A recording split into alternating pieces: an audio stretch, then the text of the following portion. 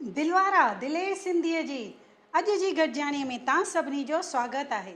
जीअं त Sindhi linguistic minority भाषाई अल्पसंख्यक आहिनि, उन जे करे भाषा जे वाधारे जे लाइ गवर्नमेंट जे तरफ़ां असांखे हिकु NCPSL यानी कि National Council for Promotion of Sindhi Language जी नाले हिकु संस्था बर्पा कई आहे। उन संस्था जे तहत कहिड़ियूं योजनाऊं हलनि थियूं ऐं उहा कहिड़े तरीक़े सां असांजे समाज जे लाइ ऐं समाज जी पीढ़ीअ जे लाइ फ़ाइदे वारी आहे, अॼु असां ॼाणंदासीं NCPSL जे डायरेक्टर श्री प्रताप पिंजानी खां। प्रताप पिंजानी जी, तव्हांजो दिलवारा दिलेर सिंधीअ जे सेट ते स्वागत आहे।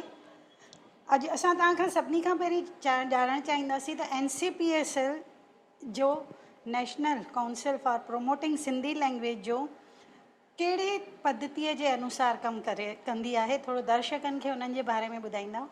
NCPSL जेका आहे उहा भारत सरकार जे मानव संसाधन मंत्रालय जे अधीन हिकु संस्था आहे ऐं उन संस्था जी स्थापना इन आधार ते कई वई त जेके सिंधी ऐं उर्दू भाषी आहिनि इन्हनि जो पंहिंजो को स्टेट कान्हे ऐं स्टेट न हुअणु घुरिजे त भारत सरकार इहो सम्झे थी त सभिनि भाषाउनि जो विकास थियणु घुरिजे ऐं 8th शेड्यूल में बि सिंधी ऐं उर्दू भाषा जेको मेंशन आहिनि।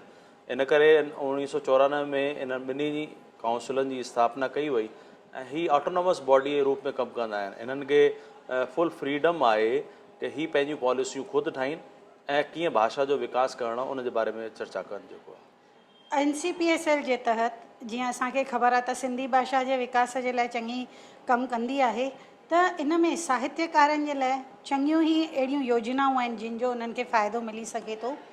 उहे योजनाऊं कुझु विस्तार सां असांजे नवनि उभरंदड़नि साहित्यकारनि खे जे तव्हां ॿुधाईंदा। इन में बेसिकली असां ॾिसूं था त 5 स्कीम्स राष्ट्रीय सिंधी भाषा विकास परिषद जूं भारत सरकार द्वारा अप्रूव्ड आहिनि ऐं इन में इन ॻाल्हि जो कोशिशूं कयूं वयूं आहिनि त जेको हर सेक्टर आहे सिंधी समाज जो न केवल भाषा जो विकास करणो आहे बल्कि असांखे साहित्य जो बि विकास करणो आहे ऐं जेका जनरेशन उन सां जुड़ियल आहे उन जो बि विकास करणो आहे। अगरि असां साहित्यकारनि जे बारे में ॾिसूं त असां वटि 2 स्कीम्स स्पेसिफाइड जेके आहिनि स्पेशली पब्लिकेशन ऐं बल्क परचेज़ आहे। पब्लिकेशन जे बारे में मां ईअं चवणु चाहींदुमि त इन जे बारे में जेके बि राइटर्स आहिनि उन्हनि खे लॻे थो कि उन्हनि काफ़ी सुठो स्क्रिप्ट लिखियो आहे ऐं उहो पब्लिश थियणु घुरिजे ऐं पब्लिक डोमेन में अचणु घुरिजे। त पब्लिकेशन स्कीम में फाइनेंशियल ग्रांट असां ॾींदा आहियूं, उन स्कीम में अप्लाई कनि उहो जेको आहे ऐं उन में ख़ासि ॻाल्हि हिन दफ़े असां चेंजिस खणी आया आहियूं। वॾो चेंज आयो आहे उन अंदरि जेके बि राइटर्स उन मेन स्क्रिप्ट खे असांखे मोकिलीनि था, अगरि उहे ॿिन्ही स्क्रिप्ट में आहिनि सिंधी भाषा जे, अगरि देवनागरी ऐं अरबी ॿिन्ही स्क्रिप्ट्स में आहिनि त 50% सेंक्शन अमाउंट जो असां एडिशनल उन्हनि खे ॾींदासीं।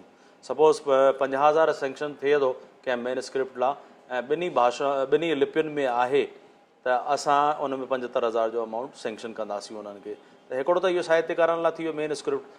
कुझु अहिड़ियूं बुक्स आहिनि जेके ऑलरेडी पब्लिश थी चुकियूं आहिनि ऐं 3 साल पहिरीं थियूं आहिनि, उनजो पीरियड ॾिनल आहे, असांजी एडवर्टाइज़मेंट में बि मैंशन कयल आहे। त असां उहे किताबूं उन्हनि जूं बल्क परचेज़ स्कीम में परचेज़ कंदा आहियूं। उन्हनि में हिकु असांजी कमेटी ठहियलु आहे, उहा उन सब कमेटीअ में उन्हनि जा प्रपोज़ल्स बल्क परचेज़ जा वेंदा आहिनि, उहो इवेल्यूशन कंदा आहिनि ऐं उन्हनि जो कंटेंट बेसिस ते ऐं उन्हनि जी क्वालिटी बेसिस ते इवेल्यूशन कंदी आहे ऐं ॾिसंदी आहे भई उहे जेके किताब आहिनि उहे सिंधी भाषा जे विकास लाइ या वाधारे लाइ कीअं सुठियूं थी सघनि थियूं। अहिड़ियूं किताबुनि खे उन्हनि जे इवेल्यूशन खां पोइ असां परचेज़ कंदा आहियूं। उन में बि हिकिड़ो मेजर चेंज कयो आहे असां जेको आहे बल्क परचेज़ जेको आहे उन में 20% एडिशनल अमाउंट ॾींदासीं उन्हनि किताबनि खे जेके ॿिन्ही लिपियुनि में छपियल आहिनि। जी, त इहो हिकिड़ो चेंज आयो आहे। तव्हां ॿुधायो त बल्क परचेज़ तव्हां कंदा आहियो, त इन में साहित्यकारनि खे सिर्फ़ु तव्हांजी वेबसाइट ते वञी ऑनलाइन अप्लाई करिणो आहे या ॿियो बि कोई उन्हनि खे रूल या नियम फॉलो करिणो आहे? कुझु उन्हनि जा पैरामीटर्स ऐं रूल्स असां ठाहे रखिया आहिनि जेको आहे। मां ॿुधाइणु चाहींदुमि सिंधी समाज खे कि हीअ जेके एडवर्टाइज़मेंट्स आहिनि उहे जनवरी में असां एडवर्टाइज़ कढंदा आहियूं असांजी सभिनी स्कीम्स जे बारे में जी ऐं उन में प्रपोज़ल्स खे कॉल कंदा आहियूं। उहे प्रपोज़ल्स कॉल करण लाइ असां क़रीबन 45 ॾींहंनि जो टाइम ॾींदा आहियूं। असां जेके बि प्रपोज़ल्स मोकिलीनि था उन खां पोइ उन प्रपोज़ल्स जो स्कीम वाइज़ स्क्रूटनी थींदी आहे। जी स्क्रूटनी क़रीबन 1 महीने जो टाइम लॻी वेंदो आहे ऐं उन खां पोइ उहे प्रपोज़ल्स सभु उन सब कमेटी जे वेंदा आहिनि। बल्क परचेस जी असां अलॻि कमेटी ठाहे रखी आहे, तव्हांजी पब्लिकेशन जी अलॻि आहे, अवार्ड लाइ अलॻि आहे, सिंधी लैंग्वेज लर्निंग क्लासिस लाइ अलॻि सब कमेटी आहिनि। त इहे सभु प्रपोज़ल स्कीम वाइज़ उन स्कीम जे अंदरि वेंदा आहिनि ऐं उहा सब कमेटी उन्हनि जो इवेल्यूशन करे ॾिसंदी आहे कि उहे केतिरा एप्रोप्रिएट आहिनि, उन्हनि खे पास कंदी आहे। ऐं जॾहिं इहे पास थी वेंदा आहिनि त असां फाइनेंस में उन्हनि मैटर्स खे सभु खणी वेंदा आहियूं, जंहिंमें मिनिस्ट्री जो माण्हू हूंदो आहे ऐं फिनेंस मां बि हिकिड़ो माण्हू गवर्नमेंट ऑफ इंडिया जो हूंदो आहे। उहो उन्हनि पैरामीटर्स खे बि चेक कंदो आहे कि तव्हां जेके कयो आहे उहो नॉर्म्स जे अकॉर्डिंग कयो आहे या कान कयो आहे। ऐं फिनेंस में जीअं ई अप्रूव थींदी त उहे सभु प्रपोज़ल्स एग्जीक्यूटिव बोर्ड में वेंदा आहिनि ऐं एग्जीक्यूटिव बोर्ड जेको चेयरमैन हूंदो आहे, असांजा मिनिस्टर साहिबु हूंदा आहिनि, उन्हनि जी प्रेज़ेंस में इहे सभु प्रपोज़ल्स ते चर्चा थींदी आहे ऐं अप्रूव कया वेंदा आहिनि। त लॻभॻि मां सम्झां थो जॾहिं तव्हां जनवरी में कंहिं स्कीम में अप्लाई कयो था त लॻभॻि सेप्टेंबर अक्टूबर ताईं उहा एग्जीक्यूटिव जी मीटिंग थींदी आहे ऐं उन खां पोइ उन्हनि प्रपोज़ल्स खे एग्जीक्यूट करणु शुरू कंदा आहियूं असां। जी त इन में घणो पीरियड लॻी वञे? जनवरीअ में जीअं तव्हां ॿुधायो त उनखे अप्रूव थी अचण में घणो टाइम लॻी न, इहे 7 महीना क़रीबन 7-8 महीना हिन में लॻी हली अप्रूव करण में जेको आहे लॻी वेंदा हा। उन खां पोइ असां एग्जीक्यूट करणु शुरू कंदा आहियूं जेको आहे। जीअं बल्क परचेज में जिन जा ऑर्डर सेंक्शन थिया आहिनि त उन में बि मां ईअं हिन दफ़े चेंजिस कयो कि जेके बि प्रपोज़ल्स पास थी वञनि, जीअं ई एग्जीक्यूटिव जा मिनट्स अप्रूव थी मिनिस्ट्री मां ईंदा आहिनि त असां उन्हनि खे वेबसाइट ते अपलोड करे सघंदा आहियूं। ऐं तव्हां ॾिसी सघो था त पिछले साल जा जेके बि प्रपोज़ल्स आहिनि, चाहे बल्क परचेज़िस जा आहिनि, चाहे पब्लिकेशन्स जा आहिनि, चाहे प्रोग्राम्स जा आहिनि, उहे सभु अपलोड कयल आहिनि। त कंहिंखे बि डिपार्टमेंट में वञी टेलीफोनिकली जानकारी वठण जी ज़रूरत न आहे। उहो ॾिसी सघे थो भई जेको हुन जनवरी में प्रपोज़ल विधो हो उन जी एप्लीकेशन जो स्टेटस छा आहे ऐं कंहिं बि कहिड़ा प्रोग्राम सेंक्शन थिया आहिनि, उन्हनि जो सेंक्शन अमाउंट कहिड़ो आहे, इहा सभु जानकारी कहिड़े शहर में थियो आहे, इहा सभी जानकारी तव्हांखे वेबसाइट जे थ्रू वेबसाइट जे थ्रू तव्हांखे सॼी जानकारी मिलंदी रहंदी आहे। इहो त थियो साहित्य जे बारे में। त छा सिंधी भाषा ॻाल्हाइण वधाइण जे लाइ जीअं असां हिकिड़ा चवंदा आहियूं speaking classes, English speaking classes, त छा सिंधी स्पीकिंग क्लासिस बि कुझु हूंदा आहिनि? पूरे भारत में असां NGOs जे थ्रू ऐं इंस्टीट्यूशन जे government organization, non government organizations, private colleges, private यूनिवर्सिटियूं, NGOs, उन्हनि जे थ्रू सॼे भारत में सिंधी लैंग्वेज लर्निंग क्लासिस लॻाईंदा आहियूं। ऐं इन में 2 कोर्स असांजा सेंक्शन आहिनि, जंहिंमें सर्टिफिकेट कोर्स आहे, डिप्लोमा कोर्स आहे ऐं एडवांस डिप्लोमा कोर्स आहे। टिनी जो ड्यूरेशन 3 महीननि जो आहे। इहे जेको SLCC में स्कीम में बि असां एप्लीकेशन्स कॉल कंदा आहियूं कि जेके नई संस्थाऊं आहिनि जेके इन में क्लासिस हलाइण जो उन्हनि खे लॻे थो कि हलाइणु घुरिजे सिंधी समाज जे भाषा जे वाधारे लाइ, त असां उन्हनि खे कुझु पैरामीटर्स असां ठाहे रखिया आहिनि। भई उहा NGO जेका आहे नीति पोर्टल ते रजिस्टर्ड हुअणु घुरिजे, उन जे प्रपोज़ल खे ई एक्सेप्ट कंदा आहियूं असां। ऐं यूनिवर्सिटी ऐं कॉलेजनि लाइ इहो को पैरामीटर्स कान्हे, उन्हनि खे सिंपल फॉर्मेलिटीज़ आहिनि जेके हिकु ॾींहं में पूरियूं थी सघनि थियूं। नीति पोर्टल में बि लॻभॻि 1 हफ़्ते में तव्हांजो नीति पोर्टल ते रजिस्ट्रेशन थी वेंदो आहे। नीति पोर्टल असां छा खे था गवर्नमेंट ऑफ इंडिया हिकिड़ा नॉर्म्स ठाहिया आहिनि जेको आहे का बि NGO जेका गवर्नमेंट खां फाइनेंशियल ग्रांट वठणु चाहे थी, उनखे नीति पोर्टल ते वञी पंहिंजी NGO खे रजिस्टर्ड कराइणो पवंदो, तॾहिं ई पोइ उहो एंटाइटल थींदी त उनखे असां का बि गवर्नमेंट ऑर्गेनाइजेशन उनखे फंड्स या ग्रांट्स ॾींदी पंहिंजूं जेको आहे। अच्छा, मां हिन ॻाल्हि में कुझु ॻाल्हियूं शेयर करणु चाहींदुमि त भारत सरकार त काफ़ी कोशिशूं करे रही आहे कि सिंधी समाज खे असां अॻियां वधायूं, सिंधी समाज जी भाषा, उन्हनि जी संस्कृति, उन्हनि जी परंपराऊं सॼे भारत ताईं पहुचनि। ऐं असांजो जेको मिनिस्टर आहे डॉक्टर रमेश पोखरियाल साहब, उन्हनि चयो कि जेके सिंधी राइटर्स लिखनि था उन्हनि जूं तमामु सुठियूं राइटिंग्स आहिनि, छो न इन राइटिंग्स खे हिंदीअ में बि ट्रांसलेट कयो वञे या ॿियूं जेके भारतीय भाषाऊं आहिनि जेके भारत सरकार संविधान में अप्रूव करे रखियूं आहिनि, उन्हनि भाषाउनि में बि सिंधी साहित्य पहुचे ऐं उन्हनि ॿियनि भाषाउनि जो बि सिंधी साहित्य में ट्रांसलेशन थिए त असां जंहिं प्रकार जे समाज जी स्थापना जी सोचे रखियो आहे भारत सरकार, नरेंद्र मोदी जेको असांजो प्रधानमंत्री आहे उहो बि ॾाढो एक्टिव आहे ऐं उनखे लॻे थो कि हिकिड़ो अहिड़ो भारत ठहिणु घुरिजे जंहिंमें सभु जातियूं सभु धर्मनि जा माण्हू जेको आहे उन्हनि में पाण में होमोजिनिटी हुजे ऐं उन्हनि में यूनिटी हुजे। ये त तमामु सुठी ॻाल्हि आहे, पर जीअं डॉक्टर मोही आहिनि, अर्जुन जी आहिनि, इन्हनि जूं जेके असांजे माना जीअं हाणे मोही जी खे पहिरियों दफ़ो सारस्वत इनाम मिलियो आहे, त छा अहिड़ियुनि शख़्सियतुनि जो लिटरेचर सिंधी समाज ताईं न पहुचणु खपे जेके एतिरियूं शहाणियूं शख़्सियतूं आहिनि? बिल्कुलु छो बिल्कुलु। त हरिवंश राय बच्चन जी खां पोइ माना उन्हनि सां उन्हनि जेतिरो अवार्ड असांजे मोही जी खे मिलियो आहे पहिरियों दफ़ो, जेको कि असां सॼे सिंधी समाज जे लाइ शान आहे, इहो फ़ख़ुर जी ॻाल्हि आहे। त इन्हनि जो लिटरेचर अर्जुन हासिद जी जो ईंदो त नौजवान पढ़ंदा ॿुधंदा, त तव्हांजो हिन में कहिड़ो बिल्कुलु वीचार आहे? बिल्कुलु। जेके असांजा सुठा राइटर्स आहिनि, पोइट्स आहिनि, उन्हनि जी ॼाण समाज ताईं पहुचे इन ॻाल्हि जी त कोशिशूं हलनि ई पियूं। मां बेसिकली अकेडमिशन आहियां, त मां ख़ुदि ई 9 PhD कराए चुको आहियां, 50 MPhil कराए चुको आहियां, घणेई किताबूं ऐं घणनि देशनि में पंहिंजो पेपर्स प्रेज़ेंट करे चुको आहियां। मां आयुमि त मूं वटि 3 किताबूं जेके हुयूं उहे अप्रूव्ड हुयूं। गवर्नमेंट फॉर्मेलिटीज़ जे चकर में उहे पब्लिश न पई थी जेको आहे, त मां ऑफिस खां ॼाण वरिती भई छो इन्हनि में इहे प्रॉब्लम्स अची रहियूं आहिनि जेको आहे, ऐं असांजो कमु पब्लिकेशन जो आहे, असांखे प्रमोशन करिणो आहे, त इहे जेके फॉर्मेलिटीज़ आहिनि इन्हनि खे कुझु रिलैक्स कयो वञे। ऐं तव्हां व्यक्तिगत रूप सां वासुदेव मोही साहिब सां जानकारी वठी सघो था। जीअं ई मां आयुमि त उहे 3 किताबूं छपाए छॾियूं, जंहिंमें वासुदेव मोही साहिब जो सिंधी छंद उरूज जेको तमामु सुहिणो किताबु आहे, ऐं उन खां सवाइ जेठो लालवाणी जो किताबु सिंधी नाटकनि जे मथां उहो पब्लिश कराए छॾियो।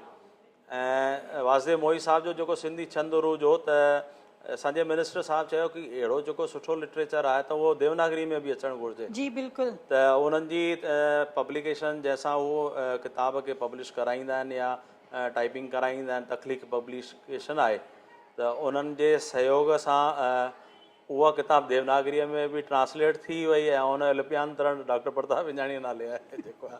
त मां त चाहियां पिया त समाज ताईं देवनागरी लिपि बि अचे जेको आहे। हिकिड़ी ॻाल्हि जेका असां ॿी ॿुधी त जेका मूंखे जानकारी मिली, त जेकॾहिं असां इन्हनि असांजे एतिरनि उचनि साहित्यकारनि जो असां अगरि लिटरेचर सिंधी इंग्लिश, जीअं तव्हां हाणे देवनागरी लिपि चयो, देवनागरी इंग्लिश हिंदी ऐं मराठी अलॻि अलॻि भाषाउनि में सभु भारतीय भाषाऊं जेके बि आहिनि जेके आहिनि, त एटलीस्ट 2-3 में करायूं, छो त सिंधी सभ्यता ई त हिकु ऊचे में ऊची सभ्यता आहे जंहिं हर वक़्तु सॼे समाज खे अलॻि दिशा अलॻि राह ॾेखारी आहे।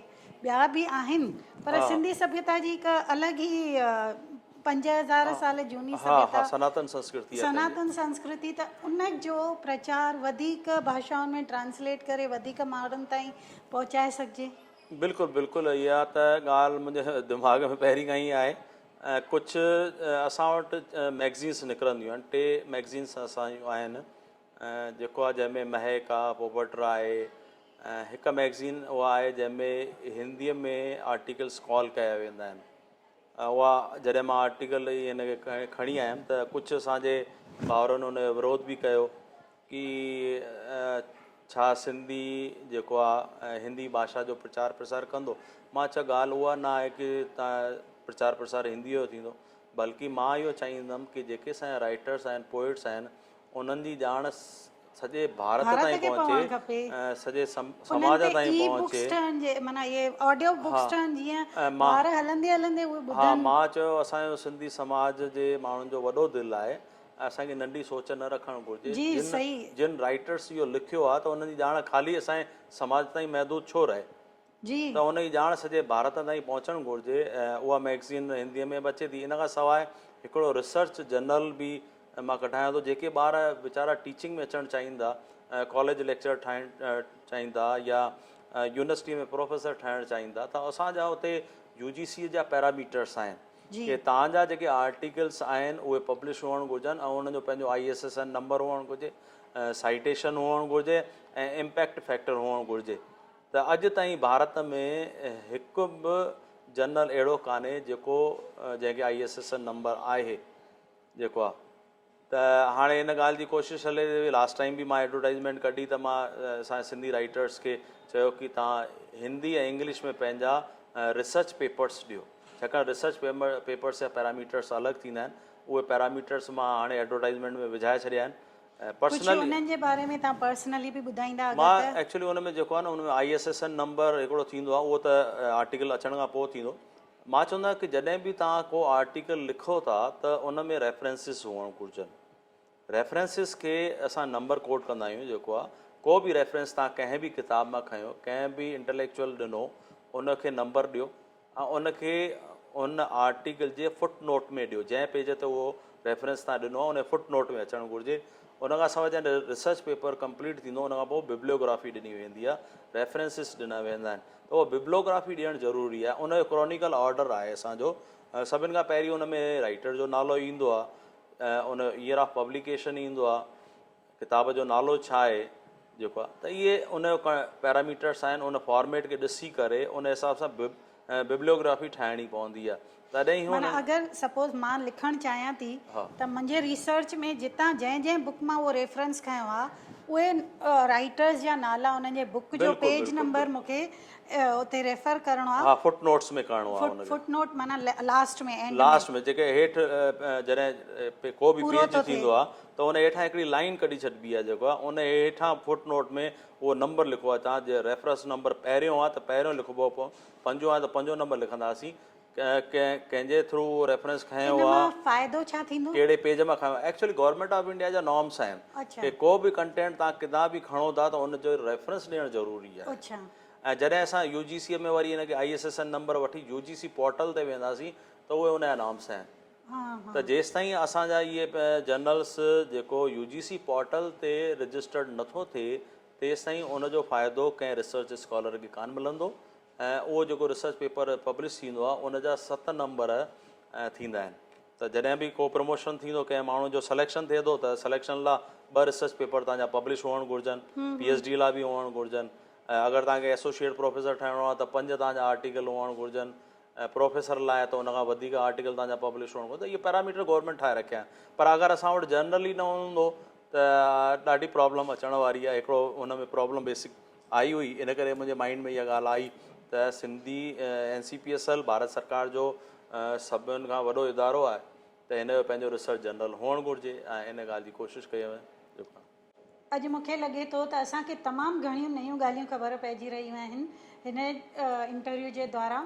त जेतिरो थी सघे इन्हनि खे ॿियनि सिंधी भाउरनि ताईं ज़रूरु पहुचाईंदा, छो त NCPSL डॉक्टर प्रताप पिंजानीअ जे अचण खां पोइ जंहिं कामयाबीअ जी मुक़ाम ताईं पहुती आहे, जेके ऊचाइयुनि ते हलंदी थी हले, सफलता जो नज़ारो ॾिसी रही आहे, त मां चाहींदसि त प्रताप जी जे अखियुनि सां असां सभु बि उहो नज़ारो ॾिसंदा अॻियां वधूं।